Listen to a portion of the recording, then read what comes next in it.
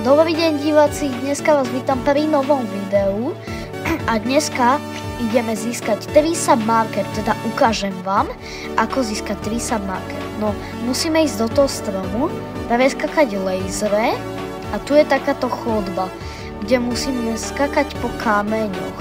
No, lebo tie kamienky sú extrémne malé a dal som to. Teraz tu je taký gigantický točiak. A musím preskakať tie lasery. Neviem, či to je holný alebo čo. To je asi nejaký med, alebo živica. Alebo slíz.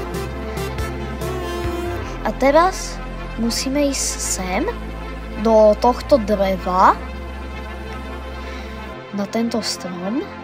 A musím skočiť na ten stupienok.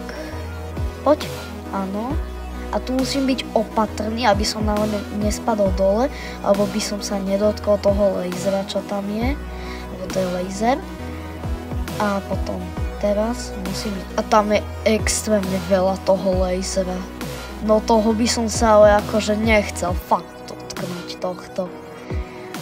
Ale možno sa to ani nedá sa toho dotknúť. No dá, keby som skočil tam. Keď dám toto zelené, túto lianu, tak pôjdem na také običko, ktoré hneď tu.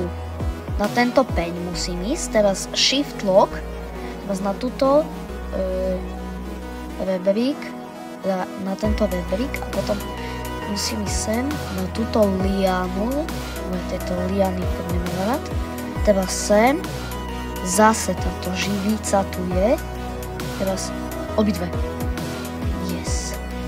Čo keď to dodám na prvý šup? To by mohlo ísť. No tak teraz znova po liane. Ja nemám lianu.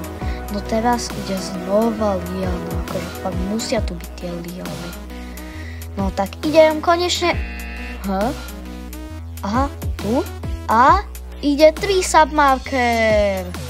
Daj odber, zvonček, like a koment. To by si mal určite dať.